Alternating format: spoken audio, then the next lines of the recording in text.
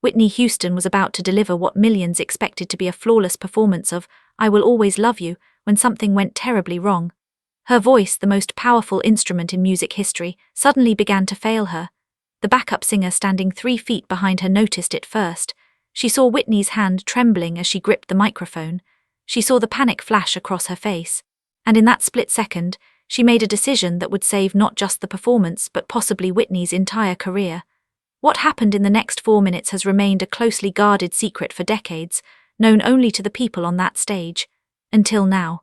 If you've ever wondered what really happens when perfection cracks under pressure, hit that subscribe button and ring the bell, because this story will show you that sometimes the greatest voices need someone singing in the shadows to keep them from falling. Let's dive into the letter that changed everything. Her name was Lisa Monroe, and she had been singing backup for Whitney Houston for 3 years. But unlike the other singers in Whitney's crew, Lisa had a secret connection to the superstar that went back much further than any professional relationship. They had grown up in the same Newark neighborhood, attended the same church, and had even sung in the same gospel choir as teenagers, while Whitney's mother, Cissy Houston, had recognized her daughter's extraordinary gift and pushed her toward stardom. Lisa's own mother had died when she was 16, leaving her to raise her younger siblings while her musical dreams slowly faded into the background. By the time Whitney became a global phenomenon in the mid-1980s, Lisa was working double shifts as a nurse's aide while singing in local clubs on weekends. She had never resented Whitney's success. In fact, she was genuinely proud of her childhood friend. But there was always a small ache in her heart when she heard Whitney's voice on the radio, a reminder of the path she might have taken if circumstances had been different. In 1991, everything changed. Lisa was singing at a small Newark club when she noticed a familiar face in the audience. It was Roberta Flack, who had been a mentor to both girls when they were young. After the set, Roberta approached Lisa with an opportunity that seemed almost too good to be true. "Whitney needs backup singers for her upcoming tour, and I told her she'd be crazy not to hire you. You've still got that voice, Lisa. Don't let it go to waste." Lisa's first instinct was to decline. The thought of standing in Whitney's shadow, literally singing behind the woman who had achieved everything Lisa had once dreamed of, felt like it would be too painful.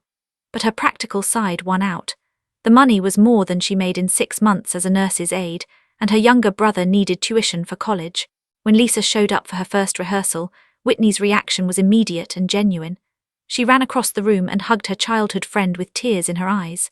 "Lisa, oh my God, I can't believe you're here. Do you remember when we used to sneak out of church choir practice to harmonize in the bathroom? For a moment, all the years and all the fame disappeared, and they were just 2 girls from Newark who loved to sing." But as rehearsals progressed, Lisa began to notice something troubling about her friend. Whitney's voice was still extraordinary, still capable of hitting notes that seemed impossible, but there were moments when she seemed distant, distracted. Sometimes her pitch would waver slightly on sustained notes, or she would need multiple takes to nail a phrase that she used to execute effortlessly. The other backup singers didn't notice, or if they did, they didn't say anything. But Lisa knew Whitney's voice as well as she knew her own, and she could tell something was wrong. One night after rehearsal, Lisa found Whitney alone in the dressing room, staring at herself in the mirror. "You okay, Whitney?" The vulnerability in Whitney's eyes when she turned around was startling. "Do you ever feel like you're losing the thing that makes you who you are?" Whitney asked. "Like no matter how hard you try, you can't reach the place where you used to live." Lisa didn't know how to respond. She wanted to ask what was happening, whether Whitney was sick or stressed, but something in her friend's expression told her this wasn't the time. By 1994, 3 years into working as Whitney's backup singer, Lisa had become more than just another voice in the ensemble. She had become Whitney's protector, the person who watched for signs that her friend was struggling and quietly helped cover the moments when the perfection slipped. The other backup singers eventually caught on and developed a system. When Whitney's voice seemed strained, they would adjust their harmonies to provide more support. When she needed an extra breath, they would hold their notes longer to give her time. It was a conspiracy of love, a group of women working together to protect the voice that the world worshipped. But nothing could have prepared any of them for what would happen at the 1994 American Music Awards. The stakes were impossibly high. Whitney was scheduled to perform "I Will Always Love You," the song that had become not just her signature, but a cultural phenomenon. The performance was being broadcast live to over 100 million viewers worldwide.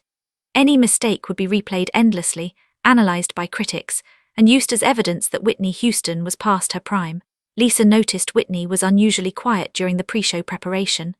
While the other performers were joking and warming up, Whitney sat alone in her dressing room, her eyes closed, her lips moving in what might have been prayer or might have been silent rehearsal.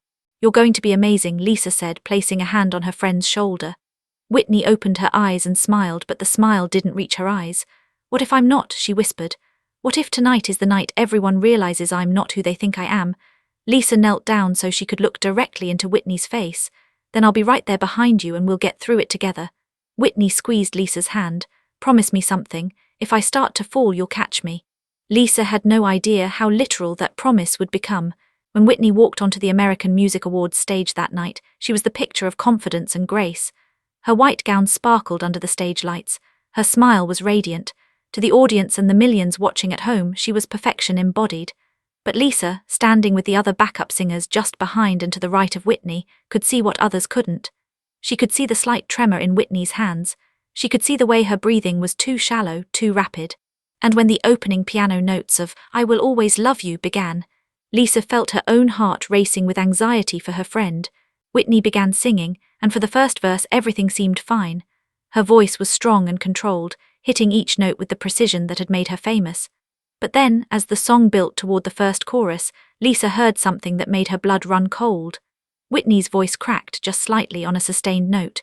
It was so subtle that most people wouldn't have noticed, but to Lisa and the other backup singers, it was like a siren warning of disaster ahead. Whitney recovered quickly, but Lisa could see the panic in her eyes. The biggest challenge was still coming, the bridge of "I Will Always Love You," where Whitney was supposed to deliver that legendary, soaring note that seemed to touch heaven itself. As the song progressed, Lisa watched Whitney's body language change. Her shoulders tensed, her grip on the microphone tightened until her knuckles turned white. And then, as the instrumental break before the final chorus began, Whitney did something she had never done before in any performance Lisa had witnessed. She lowered the microphone slightly and looked back over her shoulder, making direct eye contact with Lisa. In that moment, without words, Whitney was asking for help. The final chorus was approaching, the moment where Whitney was supposed to deliver the most powerful vocal performance of the night. But Lisa could see that her friend was in trouble. Whatever was affecting Whitney's voice, whether it was illness, exhaustion, or something else, was getting worse, not better. What happened next happened so fast that most people in the audience never understood what they were witnessing. As Whitney began the final chorus, her voice started strong but then began to waver. The note she needed to hit, the one that the entire performance was building toward, was just beyond her reach. Her voice strained, pushing for the power that had always come so naturally but was now slipping away.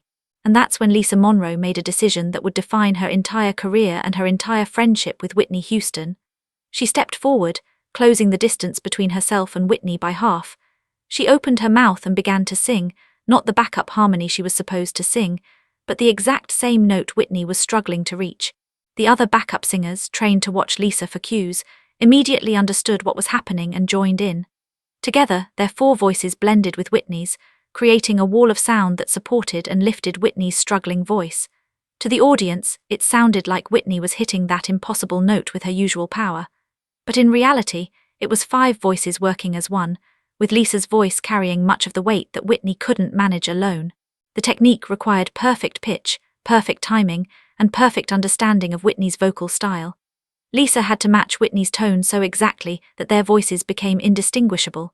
She had to breathe when Whitney breathed, swell when Whitney swelled, and most importantly, she had to do all of this while standing close enough to Whitney that their voices would blend through the stage microphones, but not so close that the cameras would reveal what was happening. For the next 90 seconds, Lisa sang with every ounce of skill and strength she possessed. She wasn't trying to outshine Whitney. She was trying to become Whitney's voice when Whitney's own voice couldn't be enough. The final note of the song, the one that audiences around the world would remember and replay for decades, was actually a perfect fusion of 5 women's voices, with Lisa Monroe providing the foundation that allowed Whitney Houston to end the performance standing tall and triumphant. As the final note faded and the audience erupted in thunderous applause, Whitney turned around to face her backup singers.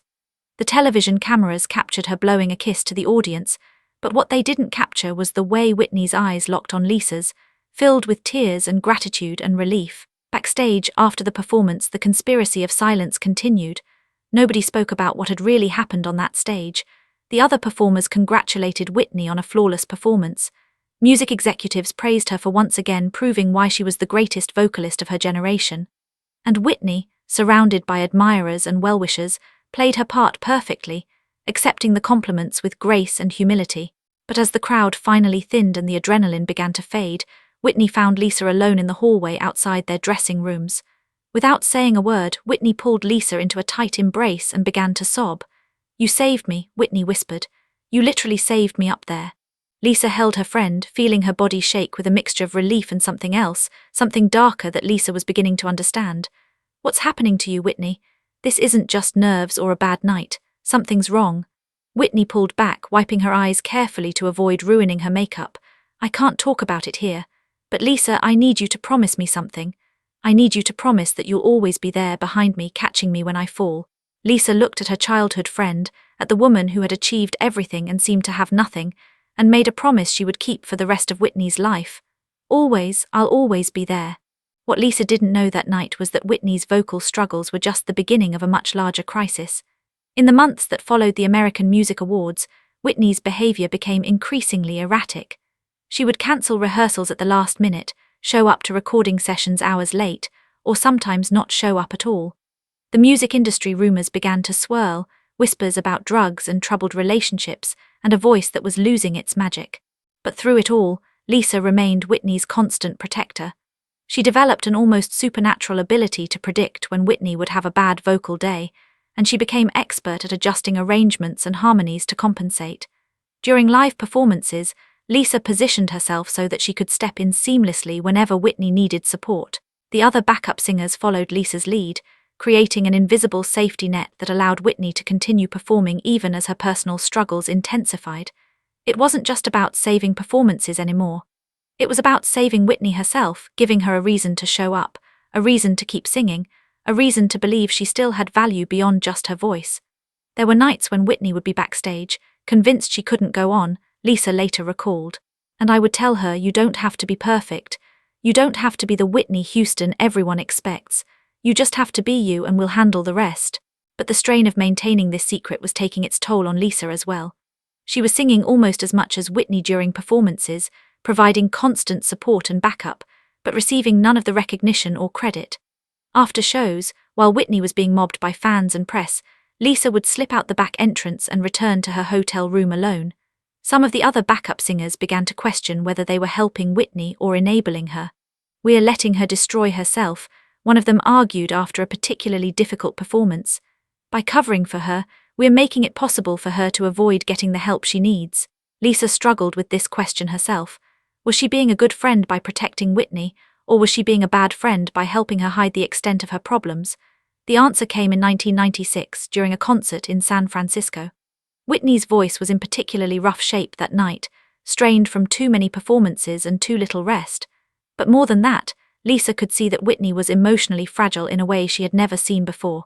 During "I Will Always Love You," the same song they had rescued together at the American Music Awards 2 years earlier, Whitney suddenly stopped singing in the middle of the second verse. She just stood there, frozen, while the music continued to play.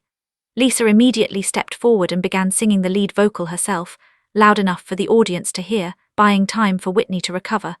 The other backup singers joined in, creating the illusion that this was all part of the planned arrangement. For 30 seconds, Lisa Monroe sang Whitney Houston's signature song, while Whitney Houston stood silent on stage, tears streaming down her face. And then something remarkable happened. Whitney didn't try to take back the performance. Instead, she turned around to face her backup singers and began singing harmony to Lisa's lead vocal. The audience, confused but moved by the unexpected intimacy of the moment, fell silent. The massive arena became so quiet that you could hear every note, every breath. Lisa and Whitney, childhood friends who had started their musical journeys together in a Newark church, were now creating something raw and real and beautiful on one of the world's biggest stages. When the song ended, Whitney pulled Lisa forward to share the applause. It was the first time in Whitney's career that she had publicly acknowledged the support she received from her backup singers, and the gesture did not go unnoticed by the music press. That night marked a turning point. After the show, Whitney finally opened up to Lisa about the full extent of her struggles with addiction and the toll it was taking on her voice and her life. "I'm losing everything," Whitney confessed. "My voice, my confidence, myself, and I don't know how to stop." Lisa didn't have easy answers or quick solutions, but she offered something more valuable: unconditional support and honest truth. You need help, Whitney, real help. And hiding your problems isn't protecting you anymore, it's killing you.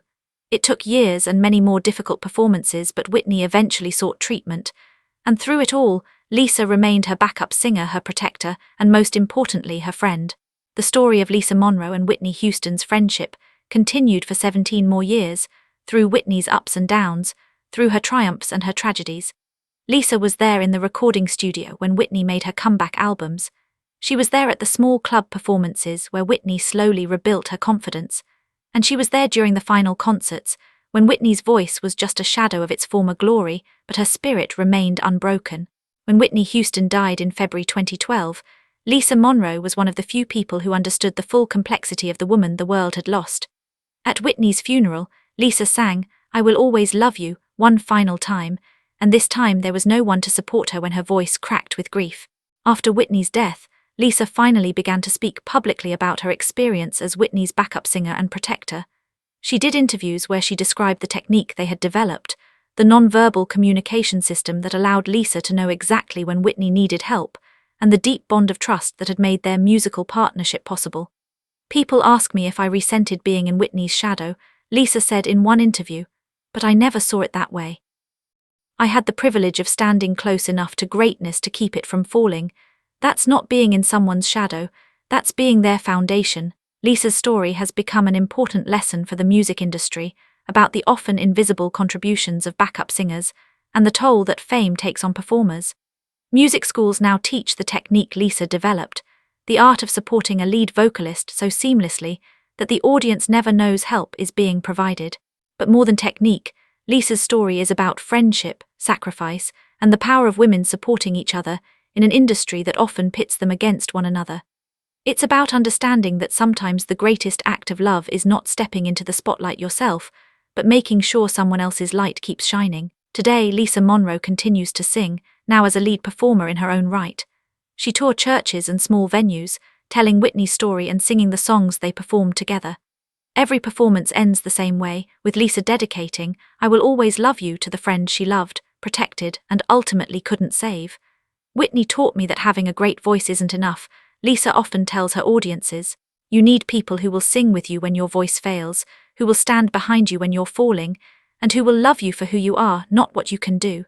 That's what I tried to give her, and I hope in some small way it made her burden a little lighter. The performance at the 1994 American Music Awards remains one of the most watched and celebrated moments in Whitney Houston's career. When people talk about it, they speak of Whitney's power, her control, her perfection. They don't know that what they're really celebrating is the perfect harmony of 5 women working together, led by Lisa Monroe, to create something that looked like individual brilliance but was actually collective love. And maybe that's exactly how it should be. Maybe the greatest performances aren't about one person standing alone in the spotlight, but about the people in the shadows who make that spotlight possible. This story reminds us that behind every great success, there are often unnamed heroes working tirelessly to make that success possible. Lisa Monroe spent years as the voice behind the voice, the strength behind the strength, asking for nothing except the privilege of protecting her friend. How many people in your life are your Lisa Monroes? Who stands behind you ready to catch you when you fall? And who can you be that person for? Share your thoughts in the comments below. If this story moved you, hit that like button and share it with someone who needs to remember that asking for help isn't weakness, and giving help isn't living in someone's shadow. Subscribe and ring that notification bell, because we have more powerful stories that show the beauty of people supporting each other through life's greatest challenges. Until next time, remember that the most beautiful music is made when voices blend together in perfect harmony.